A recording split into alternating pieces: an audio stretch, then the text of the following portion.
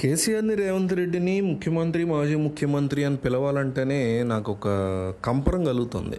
ఎందుకు, వాళ్ళున్న పొజిషన్స్ చాలా గొప్పవి. ఒక రాష్ట్రానికి ఒకరు ముఖ్యమంత్రిగా పనిచేసి దిగిపోయారు, ఇంకొకళ్ళు ముఖ్యమంత్రిగా అధిష్టానంలోకి ఎక్కారు. పాలించాల్సినటువంటి బాధ్యత ఉంది. వాళ్ళు ఎట్లా పాలిస్తున్నారు, వాళ్ళ పథకాలు ఏంటి, గడిది గుడ్డు, ఇవన్నీ పక్కన పెడితే వాళ్ళ భాష అనేది అత్యంత నీచంగా, అత్యంత హేయంగా కనిపిస్తుంది. ఇప్పుడు ఒక టీవీలో ఒక చిన్నపిల్లాడు వాళ్ళిద్దరూ మాట్లాడేటువంటి మాటలను చూస్తే, ఒక బాబో పాపో, అది వాళ్ళ మీద ఇన్ఫ్లుయెన్స్ డెఫినెట్లీ పడుతుంది. ఎందుకంటే తెల్లారిన దగ్గర నుంచి పెద్దవాళ్ళందరూ కూడా కేసీఆర్ రేవంత్ అని మాట్లాడుకుంటూ ఉంటాం మనం తెలంగాణలోనే కాదు, తెలుగు వాళ్ళు ఎక్కడ వెళ్ళినా కూడా మాట్లాడుకుంటూ ఉంటారు. అట్లా మనం మాట్లాడుకుంటున్నప్పుడు కేసీఆర్ అంటే చిన్నపిల్లలు కదా, మీరు ఒకసారి ఆలోచించండి. ఆ ఏజ్లో కేసీఆర్ని బాగా వినపడుతోంది అని, లేకపోతే రేవంత్ అని బాగా వినపడుతుందని వాళ్ళకి ఐకాన్స్గా కనబడతారు. వాళ్ళు ఎట్లాంటి వాళ్ళైనా, ఏ రాజకీయ నాయకుడైనా వెదవే, కానీ వాళ్ళకి తెలియదు కదా ఆ ఏజ్లో. సో మనకే తెలియదు, మనలోనే ఎవడో నమ్మడది, ఇంకా వాళ్ళకేం తెలుస్తుంది. సో వాళ్ళని ఐకాన్స్గా చూస్తారు. అట్లా చూసినప్పుడు రేవంత్నో కేసీఆర్ని, కొంతమంది రేవంత్ని చూస్తారు పిల్లలు, కొంతమంది కేసీఆర్ని చూస్తారు ఐకాన్ కింద. సో అట్లాంటప్పుడు వాళ్ళు టీవీలో మాట్లాడుతున్నప్పుడు, యూట్యూబ్లో మనం చూసినప్పుడు రండగాళ్ళు, దద్దమ్మలు, దొంగనా కొడుకులు, నీ ముడ్డి మీద డ్రాయర్ కూడా ఉండదు, ఇట్లాగా మాట్లాడుకునేది ఒక ముఖ్యమంత్రి, మాజీ ముఖ్యమంత్రి. ఎంత ఒళ్ళు పొగరెక్కేసిందా వీళ్ళకి, ఎంత చిల్లరగానా. కనీసం ఒక పర్టికులర్ సెక్షన్ ఆఫ్ పీపుల్ అట్లా మాట్లాడతారు అని చెప్పి ఏ సెక్షన్ని అవమానించాలని కూడా నాకు అనిపించట్లా. బలానా వాళ్ళు మాడతారు అట్లా, బలానా అట్లా మాడతారని. రోడ్ల మీద పిచ్చి కుక్కల్లాగా కొట్టుకునే తాగుబోతులు మాట్లాడతారు అట్లా. ఎందుకు పనికిరానికి రోడ్డు మీద తిరిగే బేవర్స్గా ఉంటారు. జీవితంలో ఏం చేయలేక ఇంట్లో అమ్మని పెళ్ళాన్ని కొట్టి వాళ్ళ తాళిళ్ళు లాక్కొచ్చేసి, వాళ్ళ ఇంట్లో సామాన్లు ఎత్తుకొచ్చేసి, ఆ డబ్బుతో తాకట్టు పెట్టుకుని, ఆ డబ్బుతో మందు తాగి రోడ్ల మీద పడిపోయి, తర్వాత ఎప్పుడు వాళ్ళ ఇంట్లో వాళ్ళని ఎత్తుక్కుంటూ వచ్చి వాళ్ళని తీసుకెళ్ళి ఇంట్లో పెట్టి అన్నం పెడతారు. సో వాళ్ళు మాడుకుంటారు అట్లా. అసలు ఏమన్నా ఆ భాష ఏమన్నా అర్థం ఉందా? సరే, కేసీఆరే ఫస్ట్ మాట్లాడు అనుకుందాం, లేకపోతే రేవంతే ఫస్ట్ మాట్లాడు అనుకుందాం. అవతల వాళ్ళకి ఏమైంది బుద్ధి? మనం ఏమన్నా సెకండ్ క్లాస్ అవుతున్నాం, థర్డ్ క్లాస్ అవుతున్నామా? టీచర్ ముందు ఆడే కొట్టాడు టీచర్ అని చెప్పడానికి. ఫస్ట్ రేవంతే మాట్లాడాడు అనుకోండి, లేకపోతే ఫస్ట్ కేసీఆరే మాట్లాడాడు అనుకోండి, అవతల వాళ్ళకి లేదా బుద్ధి?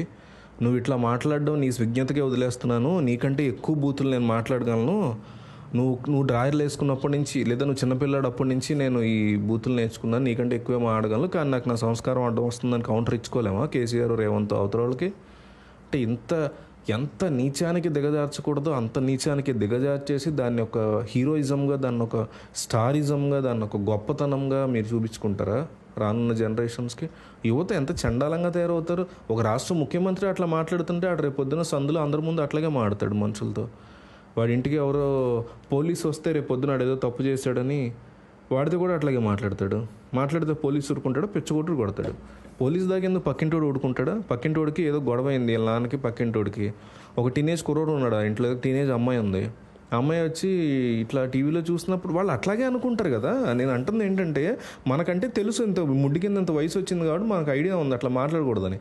వాళ్ళకేం తెలుస్తుంది? ముఖ్యమంత్రి అట్లా మాట్లాడుతున్నాడు, నాకేమైంది, నేను మాట్లాడకూడదా అనేసి వాళ్ళు అనుకోవటం కాదు, వాళ్ళ మైండ్లో సబ్కాన్షియస్లో రిజిస్టర్ అయిపోద్ది. అట్లా అయిపోయి వాళ్ళు ఆ రకంగా గలీజ్ లాంగ్వేజ్లు యూజ్ చేయడం, చీప్గా బిహేవ్ చేయటం.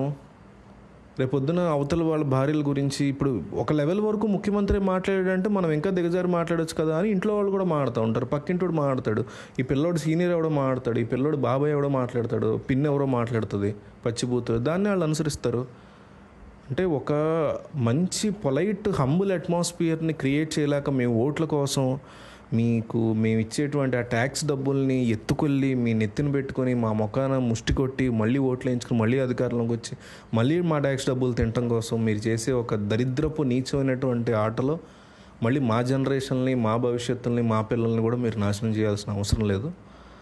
దయచేసి ఈ సందర్భంగా కేసీఆర్ గారికైనా రేవంత్ రెడ్డి గారికైనా విజ్ఞప్తి ఒకటే, తెలంగాణ రాష్ట్ర అట్లాగే తెలుగు రాష్ట్రాల ప్రజల తరఫున, ఇక్కడ ఉన్నటువంటి తెలుగు ప్రజల తరఫున, మీకంటే కింద స్థాయిలో ఉన్న మంత్రులు, ఎమ్మెల్యేలు, లేకపోతే ఏ కౌన్సిలర్లో, ఎమ్మెల్సీలో మీ పార్టీ నాయకులే అట్లా మాట్లాడకూడదు, అట్లా ఆ రకమైనటువంటి భాష కరెక్ట్ కాదు అని సరిచేయాల్సిన మీరే అంత నీచంగా ఉచ్చనీచాలు మర్చిపోయి మాట్లాడితే మీ కింద స్థాయి నాయకులు ఇళ్లలోకి దూరి మరీ పచ్చిబూతులు మాట్లాడడం, మనుషులను కొట్టడం లాంటివి చేస్తారు. హంబల్నెస్ అనేది పై స్థాయి నుంచి మీరు మాకు చూపిస్తేనే మేము మీ నుంచి నేర్చుకుంటాము, మాకు నేర్పియాల్సిన స్థానంలో మీరు ఉన్నారు, రానున్న భవిష్యత్తు తరాలకి నేర్పియాల్సిన స్థానాల్లో మిమ్మల్ని పెట్టారు. నరేంద్ర మోడీయో రాహుల్ గాంధీయో పచ్చిబూతులు తిట్టుకుంటే ఎట్లా ఉంటుంది ఒకసారి ఆలోచించండి. జగన్మోహన్ రెడ్డి చంద్రబాబు నాయుడు అట్లాగే మాడుకుంటున్నారా? జగన్ చంద్రబాబు కూడా చాలా దారుణమైనటువంటి మాడతారు, నేను వాళ్ళని సపోర్ట్ చేయట్లా. బట్ మరి ఇంత నీచమా? రెండాగాళ్ళు అంటే అర్థం తెలుసా అసలు వీళ్ళిద్దరికి? కేసీఆర్కి అయినా రేవంత్ రెడ్డికి ఎంత బూతు మాట తెలుసా అది? దొంగ నా కొడుకులు అంత ఓపెన్గా మాడతాడా కేసీఆర్? కేసీఆర్ని ముడ్డి మీద రాయరు ఉండకుండా చేస్తానంటాడా రేవంత్ రెడ్డి? ఎంత ఒళ్ళు పొగరెక్కిస్తుందా వీళ్ళకి? కేవలం ఎన్నికల్లో గెలవటం కోసం మీరు ఇంత నీచంగా ఇంత దరిద్రంగా పబ్లిక్గా మాట్లాడడానికి మీరు బరితెగిస్తారా? అబ్బా అబ్బా అబ్బా! ఎన్నికల్లో గెలుపు కోసం ఇంత దారుణమైన పరిస్థితిని తీసుకురాగల మిమ్మల్ని చూస్తే నిజంగా సిగ్గేస్తోంది. మీ పరిస్థితి, మీ మాట తీరు మారాలని కోరుకుంటున్నాం మేమంతా.